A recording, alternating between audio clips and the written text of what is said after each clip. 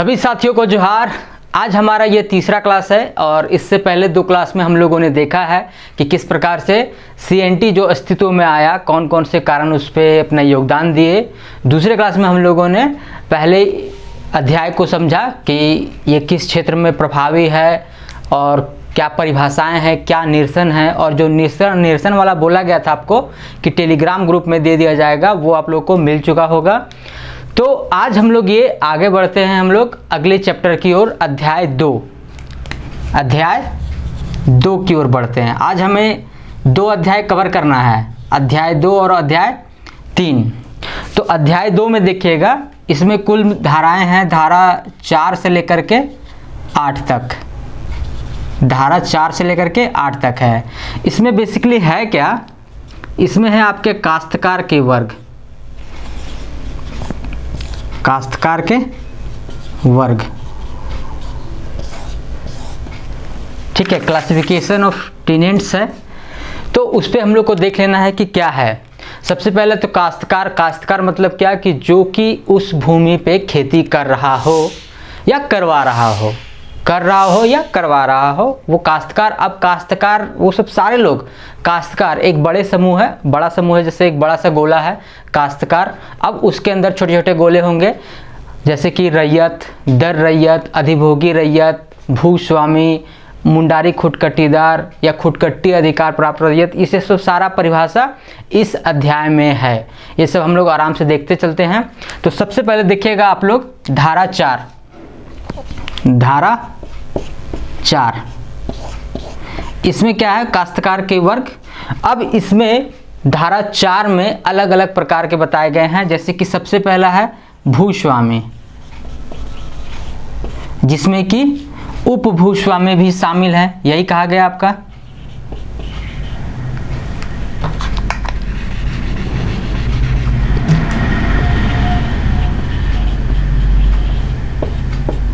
ये दोनों शामिल हैं, इसमें बताया गया एक।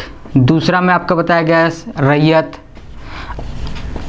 रैयत में फिर कई प्रकार के हैं, जैसे कि क्या था एक, सब अभी देखेंगे हम लोग, आराम से आप लोग देखते जाइए, सारा समझाएंगे।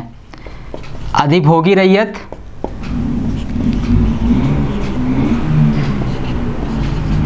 अनाधिभोगी रैयत,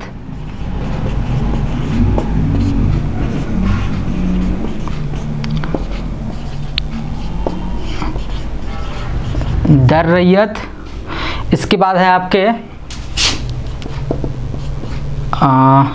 रैयत हो गया, फिर दर रैयत हो गया आपका खुटकट्टी अधिकार प्राप्त रैयत, इसी में है।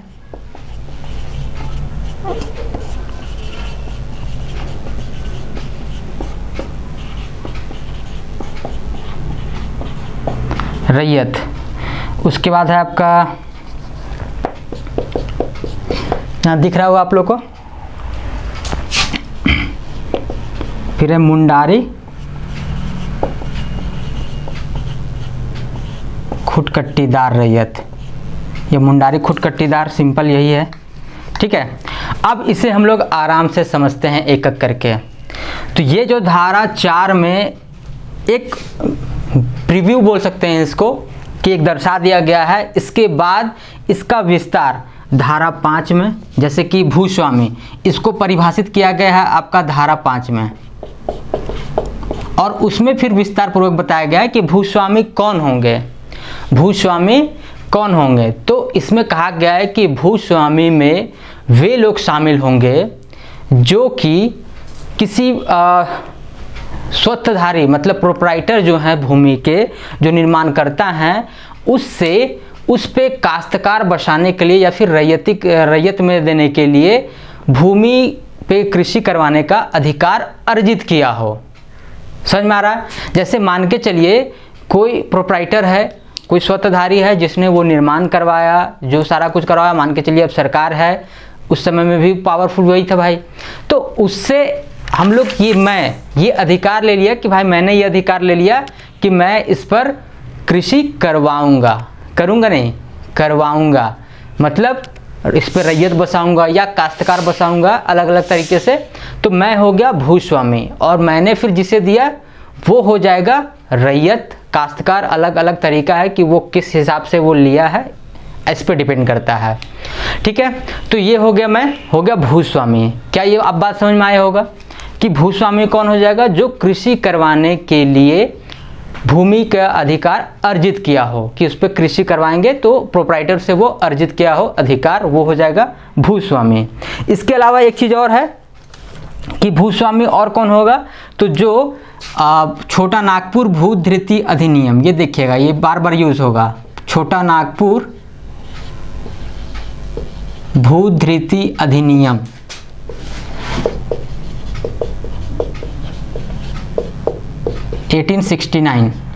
छोटा नागपुर टेन्योर्स एक्ट इसे बोलते हैं। इसके अंतर्गत जो रजिस्टर तैयार किया गया था, उस रजिस्टर में वो भूस्वामी के तौर पर सम्मिलित किया गया हो।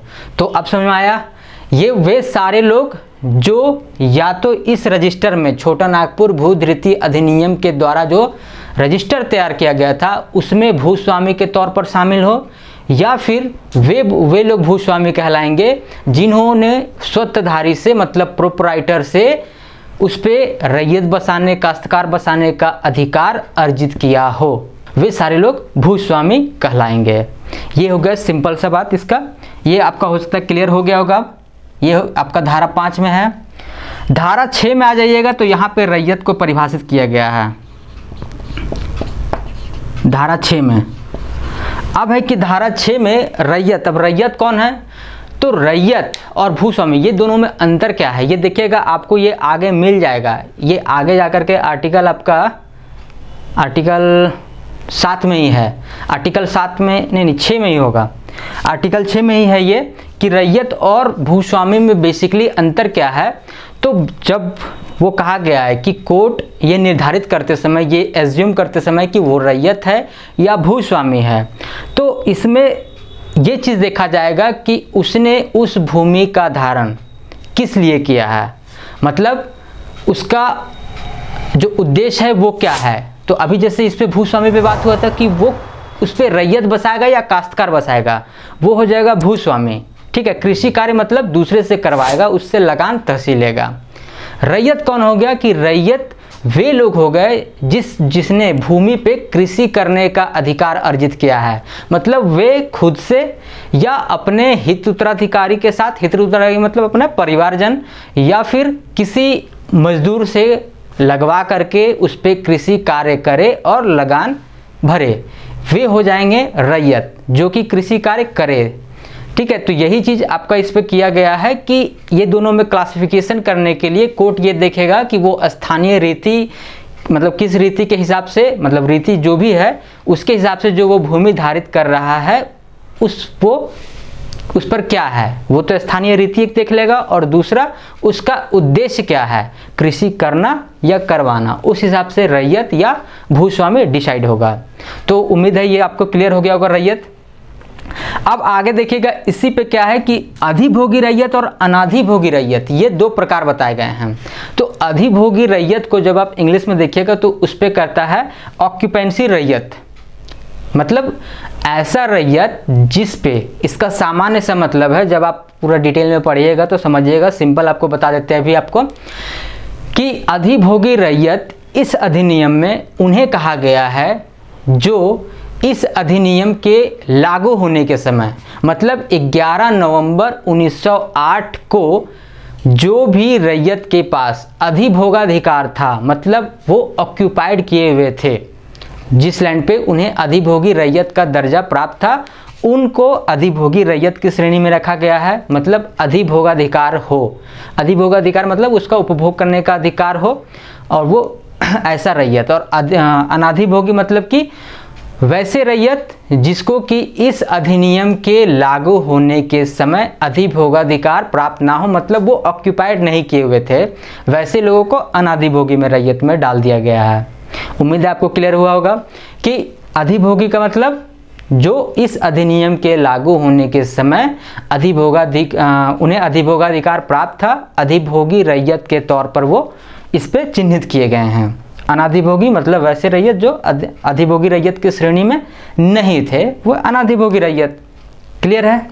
अब है दर रैयत। तो इसको अंडर रैयत बोलते हैं। मतलब रैयत, अगर रैयत है वो भी किसी को भाई समझ लीजिए आगे चल करके वो दे दिया, उसके अधीन वो कोई रैयत बस गया है, कोई काम करने लगा उसके अधीन पर मतलब दिया कि कुछ साल करते करते करते वो उसी पे एक रैयत की तरह बस गया, वो दर रैयत हो गया, अंडर रैयत। मतलब रैयत के अंदर अधीन काम करेगा, दर रैयत उसके हम। अब है खुटकट्टी अधिकार प्राप्त रैयत, ये आपका धारा 7 में दिया गया है। धारा 7 में इसे परिभाषित किया गया है कि खुटकट्टी अधिकार प्राप्त रैयत कौन है। तो ऐसे रैयत जिन्होंने खुटकट्टी अधिकार का मतलब क्या होता है कि ऐसे लोग जिन्हें कि वो परंपरागत अधिकार प्राप्त है, अर्थात वैसे लोग जिन्होंने उस भूमि को तैयार किया है। सिंपल, मुंडारी खुटकट्टीदार में आप लोग यही ध्यान में होगा कि वैसे मुंडारी, वही जो धारा 8 में अभी आएगा वो, कि जिन्होंने गांव बसाया था, मतलब जंगल था उसे साफ करके खेती वेती लायक बनाया और वहाँ पे अपना घर वर बना करके रहने लगा। तो वैसे लोग कोई भी अगर मुंडा हैं तो मुंडारी खुटकट्टीदार कहलाएंगे, अन्य है तो वो खुटकट्टी अधिकार प्राप्त रैयत की श्रेणी में जाएंगे।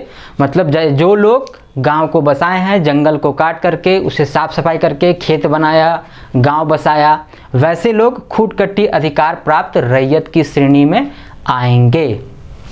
वे और उनके हित उत्तराधिकारी, इसमें आपका बहुत सारा क्लाउज दिया हुआ होगा कि उसके जो भी उसका हित उत्तराधिकारी होगा, मतलब वंशज जो होंगे, जैसे कि मान के चलिए मैं अपना ही बताता हूँ कि मेरा जो गांव है, उस गांव को बसाने, मतलब मेरे दादा के दादा ने बसाया है। पहले वहाँ पे पूरा जंगल था, जैसे मेरे पिताजी से बताते हैं कि घर के पास ही बगल में जाइए पूरा जंगल, वहाँ पे एक से खतरनाक जानवर आते रहते थे। खैर आज तो वो दूर दूर तक नहीं दिखता है, लेकिन वो जो गांव बसाया गया तो वो क्या हो जाएगा, खुटकट्टी अधिकार प्राप्त रैयत की श्रेणी में जाएगा, क्योंकि उस गांव को मेरे दादा के दादा ने बसाया, दादा के दादा इन्होंने बसाया है। तो अब ये क्या हो गया, हमें जो प्राप्त है अधिकार वो खुटकट्टी अधिकार है, हमें उसका खुटकट्टी अधिकार प्राप्त है। ये हो गया खुटकट्टी अधिकार प्राप्त रैयत जिन्होंने गांव को बसाया है। सिंपल है। अब है मुंडारी खुटकट्टीदार, तो वही थ्योरी है कि जिन्होंने गांव को बसाया, लेकिन ये क्या मुंडारी खुटकट्टीदार ये एक अलग श्रेणी में, क्योंकि हम लोग जान रहे हैं कि 1903 में जब ये लागू हुआ था तो उससे पहले बहुत ज़बरदस्त टाइप का आंदोलन चल रहा था, खास करके विशेष तौर पर, वैसे तो सभी वर्ग के लोग शामिल थे लेकिन विशेष तौर पर ये मुंडा लोग शामिल थे। सरदारी आंदोलन जो कि आप लोग जानते ही होंगे, क्योंकि बार बार जो प्रयास हो रहा था वो बार बार भूमिहरी ज़मीन के बारे में प्रयास किया जा रहा था, कितने बार सर्वे जो हो रहा था, लेकिन इनकी ओर कोई ध्यान ही नहीं दे रहा था। इसलिए इनका एक अलग स्थान दिया गया है और इन्हें देखिएगा हर जगह अलग तौर पर रैयत से अलग श्रेणी में रखा गया है, कि मतलब वैसे सारे प्रावधान जो रैयत पर लागू होंगे कि कुछ जगह पे अर्जन का अधिकार, ये अधिकार, वो सब सारे प्रावधान उसी तौर पर इसमें लागू नहीं होंगे। मुंडारी खुटकट्टीदार जो रैयत होंगे उस पर ये लागू नहीं होंगे, क्योंकि वही कहा गया ना कि जो विरोध करेगा उसी की बात सुनी जाए, कि भाई जो लोग शांत हैं उसकी ओर कोई विशेष ध्यान दिया नहीं गया। आमतौर पर भाई एक कहावत भी है हमारे घर गांव में कि बच्चा को दूध तभी मिलता है जब वो रोता है, ऐसे तो मम्मी दूध पिलाती नहीं है उसे। तो मतलब आमतौर पर क्या लगता है कि नहीं चलो पेट भरा हुआ है भाई इसीलिए खेल रहा है, लेकिन उसे क्या पता कि भाई भूख भी लगा हुआ है। लेकिन जब वो रोएगा तब पता चल जाता है नहीं रो रहा है मतलब भूख लगा हुआ है, इसे कुछ देना चाहिए। तो उसी प्रकार से ये है कि जब ये लागू हुआ उस समय में जो लोग शांत थे उन पे कोई बहुत ज़्यादा मतलब ठीक है ध्यान दिया गया, लेकिन बहुत विशेष तौर पर नहीं। बाद में देखिएगा भूमिहरी के लिए बाद में प्रावधान लाया गया है 1938 में, इस समय में, क्योंकि उस समय वे लोग कुछ हद तक वो शांत थे। ज़्यादा जो शोरगुल मचा रहे थे, विद्रोह कर रहे थे, वो यही मुंडा जनजाति थे, इसलिए इसको हर श्रेणी से अलग रखा गया है। तो उम्मीद है यहाँ पे आर्टिकल 4 जिसमें कि आपको ओवरऑल कुछ बता दिया गया है, अनाधिभोगी रैयत का, भूस्वामी का, खुटकट्टी अधिकार प्राप्त रैयत और मुंडारी खुटकट्टीदार, ये हो गया 4 में ओवरऑल था। 5 में भूस्वामी को विशेष तौर पर परिभाषित किया गया जो कि मैंने आप लोग को बताया। धारा 6 में रैयत को परिभाषित किया गया है जो कि बात हो चुका है टोटल। धारा 7 में खुटकट्टी अधिकार प्राप्त रैयत कौन से होंगे इस पे बात हो गया। धारा 8 में मुंडारी खुटकट्टीदार प्राप्त रैयत। तो यहाँ तक आप लोगों का ओवरऑल बात हो चुका है चलिए अब हम लोग आगे देखते हैं, अध्याय 3 की ओर बढ़ते हैं, जिसमें कि लगान से संबंधित प्रावधान है कि कब वो बढ़ेगा, कब नहीं बढ़ सकता है, कौन दायी होगा, कौन नहीं दायी होगा, इस पर हम लोग बात करते हैं। तो चलिए आते हैं इस पर।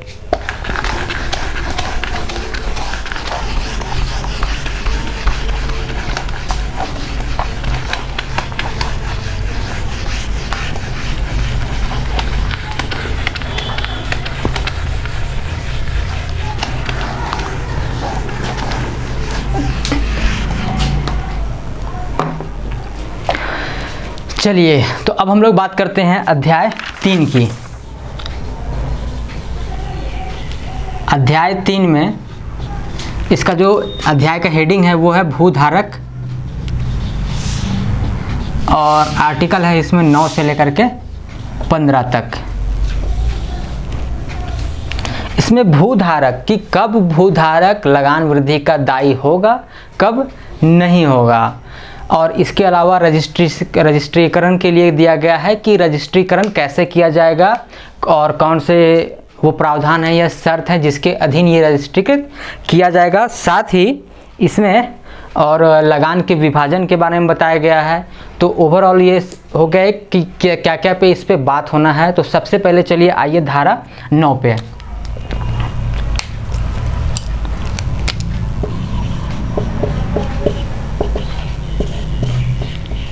धारा 9, तो धारा 9 में ये भूस्वामी के बारे में बताया गया कि कोई भी जो रैयत है, कोई भी भूधारक है या रैयत है, यदि उसका लगान, ठीक है, यदि उसका लगान अस्थाई बंदोबस्त लागू होने के समय मतलब 1793 से यदि वो बढ़ा नहीं है, अगर उसका लगान अस्थाई बंदोबस्त जब से लागू हुआ है उसके बाद से बढ़ा नहीं है, नहीं बढ़ा है, ठीक है, बढ़ा नहीं है, लगान जितना था उतना ही है, तब वो लगान वृद्धि का दायी नहीं होगा। लगान वृद्धि का दायी नहीं होगा मतलब उसके लगान में वृद्धि नहीं की जा सकती है। लेकिन ऐसा प्रैक्टिकल तौर पे तो लगता नहीं है, क्योंकि 1793 से लेकर के आपका इधर 107 और इधर 9, 116 साल, इतना साल तक क्या लगता है कि नहीं बढ़ा होगा, जरूरी बढ़ गया होगा लगान। तो प्रैक्टिकल तो नहीं दिखता। वैसे कुछ लोग जो होंगे उन्हें फ़ायदा हुआ होगा कि भाई इसमें यही कहा गया कि अगर अस्थाई बंदोबस्त लागू के समय जो लगान निर्धारित किया गया था उसके बाद से लेकर के यदि ये अधिनियम लागू होने तक यदि उसका लगान नहीं बढ़ा है तो वो लगान वृद्धि का दायी नहीं होगा, अर्थात उसके लगान में वृद्धि नहीं की जाएगी। ये हो गया धारा 9। धारा 10 में क्या है, ये दोनों लगान वृद्धि से संबंधित है, 9 और 10, ठीक है। तो 9 में था आम भूधारक, इसमें एक अच्छी भूइंहरी के बारे में कहा गया है कि यदि कोई भूइंहरी भूमि का मालिक है, कोई भूइंहरदार है जिसकी भूमि, ठीक है, जिसकी भूमि छोटा नागपुर, वही अभी जो बात हुआ था छोटा नागपुर भूधृति अधिनियम 1869, छोटा नागपुर टेन्योर्स एक्ट 1869, छोटा नागपुर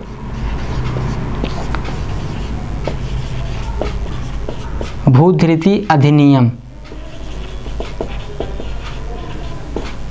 1869, अगर इसके अधीन कोई अगर भूइंहरी भूमि तैयार की गई है और उसके रजिस्टर में संपुष्ट है, संपुष्ट मतलब दर्ज है, कोई भूइंहरी भूमि छोटा नागपुर भूधृति अधिनियम 1869 के अधीन तैयार की गई है या रजिस्टर में संपुष्ट है मतलब दर्ज है, तो वैसी भूइंहरी भूमि का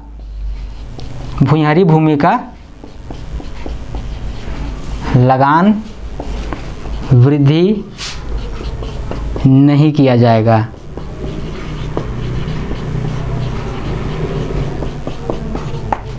ठीक है।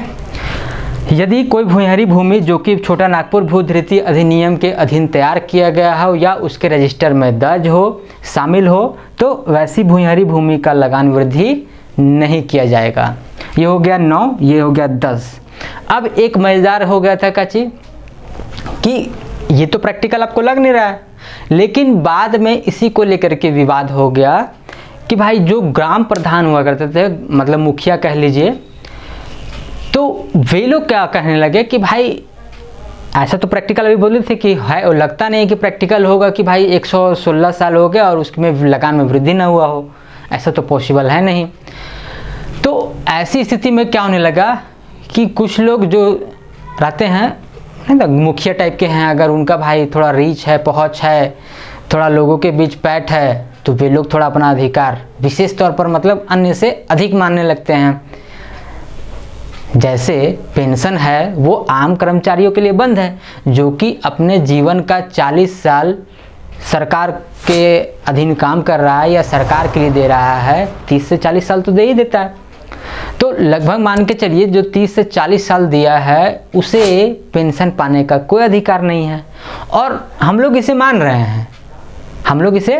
रहे हैं, बावजूद इस फैक्ट के कि भाई दूसरी ओर जो एक दिन के लिए भी कोई विधायक बन गया, सांसद बन गया, कुछ भी बन गया, तो उसका पेंशन आजीवन चलेगा। मतलब वो एक दिन में क्या ऐसा सेवा कर देगा कि वो आजीवन उसका पेंशन पाने का अधिकारी हो जाएगा। लेकिन दूसरी ओर जो 30 साल 40 साल सरकार को दे रहा है अपने जीवन का, उसे पेंशन पाने का कोई अधिकार नहीं है। तो खैर ये चल ही रहा है, हम लोग शांतिपूर्वक इसे सह ही रहे हैं।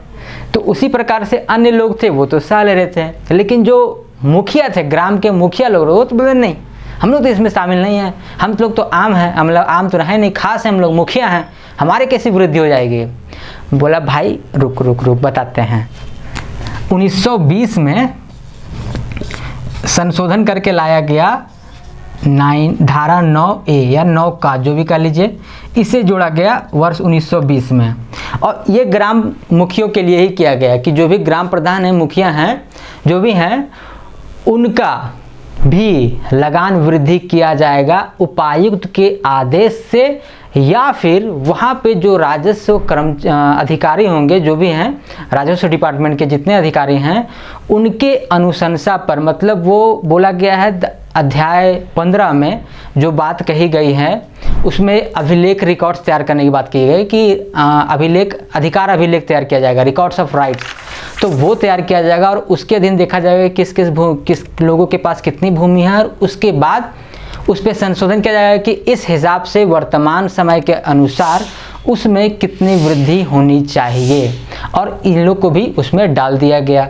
मतलब अब ये हो गया कि अब जो ग्राम प्रधान हैं उनकी भी लगान में वृद्धि होगी और उन्हें वो पे करना होगा, यदि उपायुक्त आदेश करे या फिर राजस्व अधिकारी ऐसे रिकॉर्ड्स ऑफ राइट अभिलेख तैयार करने के संदर्भ में ऐसा अगर पाते हैं कि वो लोग लगान वृद्धि के दायी होना चाहिए तो होना पड़ेगा।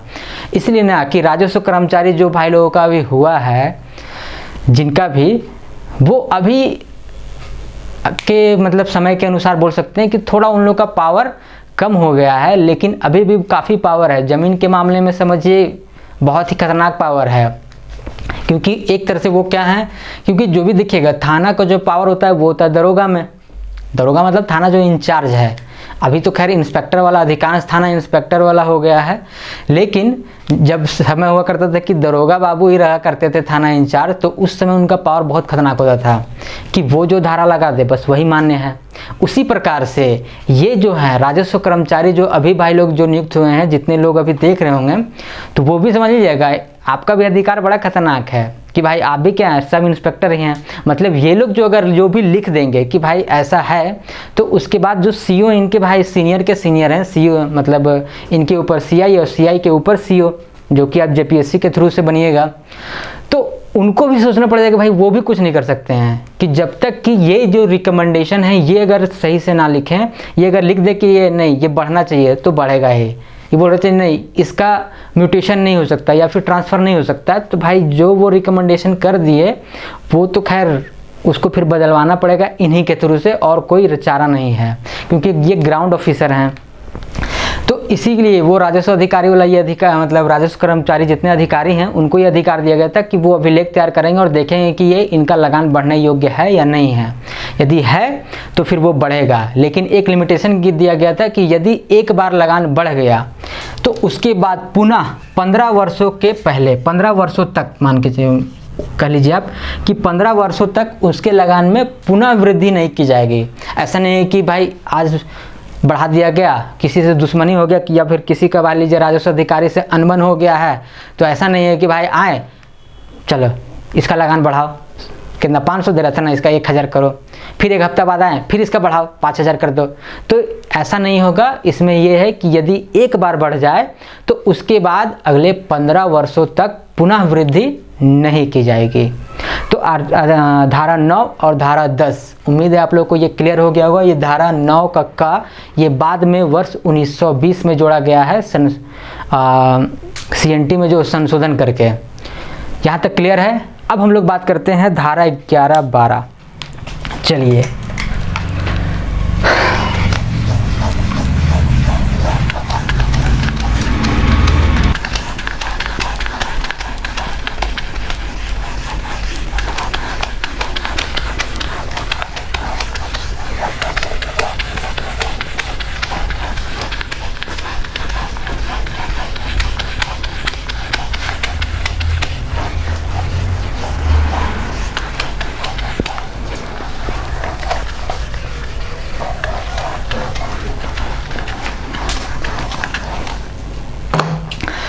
चलिए अब इसी धारा में हम लोग इसी अध्याय में हम लोग अगली धारा की ओर बात करेंगे। धारा 11 और 12। तो ये दोनों जो धारा है वो कोई भी जब भूधृति मतलब कि कोई भी अगर भूमि ट्रांसफ़र किया जाता है, किसी को भाई अंतरण किया गया है, ट्रांसफ़र किया गया है, दिया गया है, तो उसका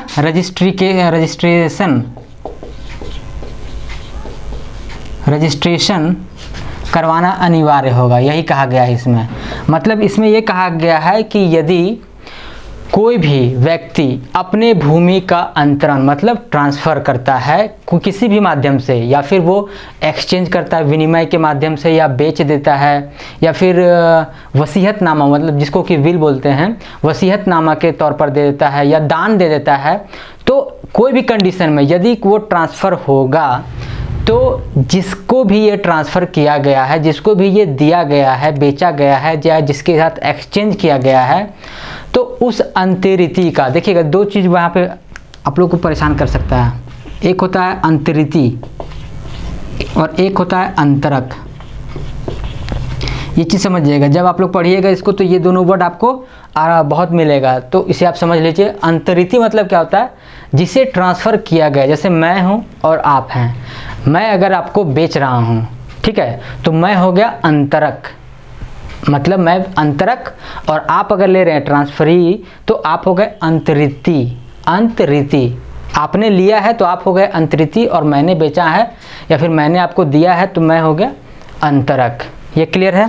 तो इस पे कहा गया है वही कि जब भी ये ऐसा एक्सचेंज होगा, विल होगा, जो भी होगा, जिसके माध्यम से ज़मीन किसी के दूसरे के नाम पे दिया जा रहा है, किया जा रहा है नाम पे, या फिर दिया जा रहा है किसी भी माध्यम से, बेचने से, वसीयत से, किसी भी दान तरीके या फिर दान से, किसी भी तरीके से हो, तो जो अंतरिति होगा मतलब आप जो होंगे जिन्होंने ये ज़मीन लिया है, तो ये आपका ड्यूटी है, कर्तव्य है कि आप उसे भूस्वामी के कार्यालय मतलब सरकारी से कार्यालय समझिए कि आप उसे वहाँ पे जा कर के रजिस्ट्रीकृत कराइए कि हाँ भैया ये ज़मीन इनका था, इनसे मैंने ले लिया। क्लियर है। इसके बाद धारा 11 में यही कहा गया। धारा 12 में फिर कहा गया है कि यदि कोई भूस्वामी ऐसा करने से मना करे, मतलब ट्रांसफ़र पे एग्रीमेंट पे मतलब वो साइन करने पे कि हाँ भाई ट्रांसफ़र कर रहे हैं, इस पे अगर साइन करने पे मना करे, तो जो अंतरिति होगा मतलब आपने ये ज़मीन लिया था, तो ये आपका कर्तव्य होगा कि आप क्या करें, उपायुक्त को आवेदन दें या उपायुक्त को सूचना दें कि ये जो भूस्वामी हैं वो ऐसा करने से मना कर रहे हैं, वो ट्रांसफ़र नहीं कर रहे हैं।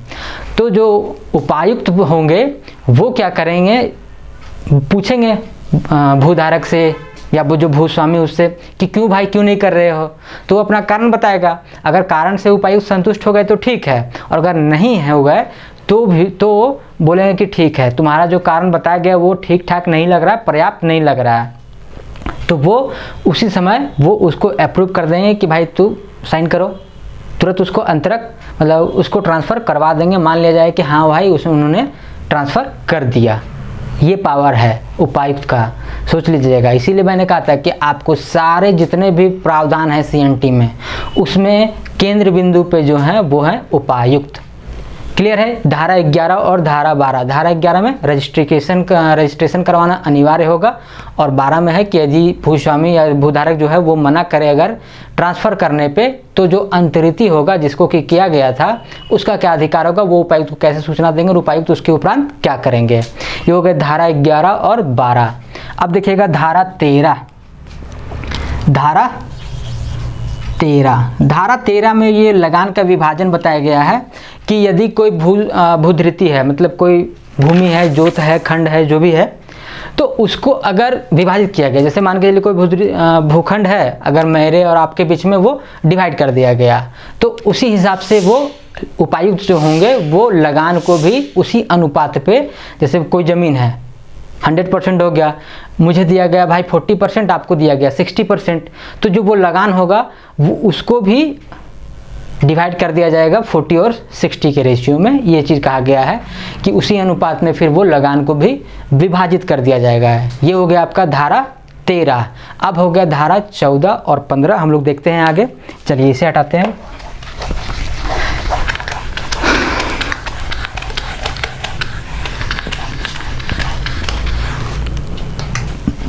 तो चलिए धारा 14 जो है वो है बड़ा इंटरेस्टिंग है। ये देखिएगा, ये है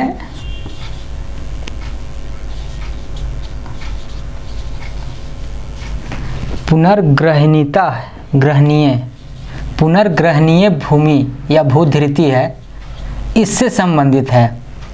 अच्छा, ये अब होता क्या है पुनर्ग्रहणीय भूधृति? अब ये है क्या? तो मैंने आप लोगों को शायद उस दिन ये छोड़ दिया था, ये मैं भूल गया था कि इसे भी बताना है। बाद में इसका देखा कि हाँ भाई ये तो छूट गया। खैर ये भी बहुत महत्वपूर्ण है क्योंकि एक धारा इसी पे है, धारा 14। अच्छा, ये पुनर्ग्रहणीय भूधृति क्या है इसे आप पहले समझ लीजिए। पुनर्ग्रहणीय भूधृति मतलब ऐसा बोलते हैं कि जैसे कि मान के चलिए मेरा है या फिर किसी का कोई ज़मीन है या मेरा है, मैंने किसी को दे दिया, ठीक है, अनुदान के तौर पर कि लो भैया तुम यहाँ पर बस जाओ, आराम से रहो, खाओ पियो, ऐश करो, ठीक है। मैंने ये भूमि उसे दे दिया, दान कर दिया, ठीक है। देखिएगा पुनर्ग्रहणीय मतलब वापस कैसे आ जाएगा, तो इस पे ये वैसा भूधृति होता है कि यदि कोई अनुदान जिसे मैंने दिया है, यदि उसका कोई नर वंशज याद रखिएगा, ये क्वेश्चन शायद आया हुआ भी है शायद, तो ये चलता है हमेशा से, ये सीएनटी में है कि नर वंशज को मानता है।